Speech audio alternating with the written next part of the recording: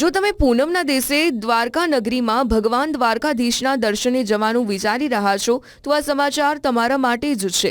આવતીકાલે એટલે કે 31 મે રવિવારના રોજ પૂનમ છે, સાથે જ અધિક માસ ચાલી રહ્યો છે, જે કારણોસર જગત મંદિર દ્વારકાધીશમાં ઉમટી પડતા ભક્તોની ભારે ભીડને ધ્યાનમાં રાખીને મંદિર પ્રશાસન દ્વારા દર્શનના સમયમાં મહત્વનો ફેરફાર કરવામાં આવ્યો છે।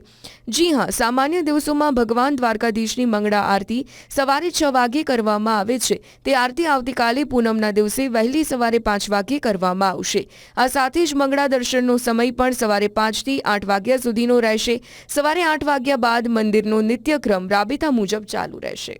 પવિત્ર પુરુષોત્તમ માસને ધ્યાને રાખી અને ભક્તોની જે પણ સંખ્યા મોટી માત્રામાં દર્શનાર્થે પધારનારની છે એમની વ્યવસ્થાને ધ્યાને રાખી અને પૂજારીશ્રીએ મંદિર ટ્રસ્ટની વિનંતીને ધ્યાને રાખી પૂજારીશ્રી દ્વારા સવારે 5 વાગે મંગળા આરતી કરવામાં આવશે। તેથી તમામ ભક્તોને આ મેસેજ પહોંચે અને મંગળા દર્શન સવારે 5 થી 8 સુધી ખુલ્લા રહેશે। 8 વાગ્યા પછી નિત્યક્રમ રહેશે। તેથી તમામ ભાવિક વૈષ્ણવોને વિનંતી છે કે મંગળા આરતી અને મંગળા દર્શનનો લાભ લેવા માટે 5 વાગ્યાનો જે ક્રમ છે એ પ્રમાણે પોતે આ દર્શનનો લાભ લે અને ભગવાન દ્વારકાધીશના ચરણોમાં પ્રાર્થના કરું છું કે ભગવાન તમામના જીવનમાં મંગળ કરે। જય દ્વારકા।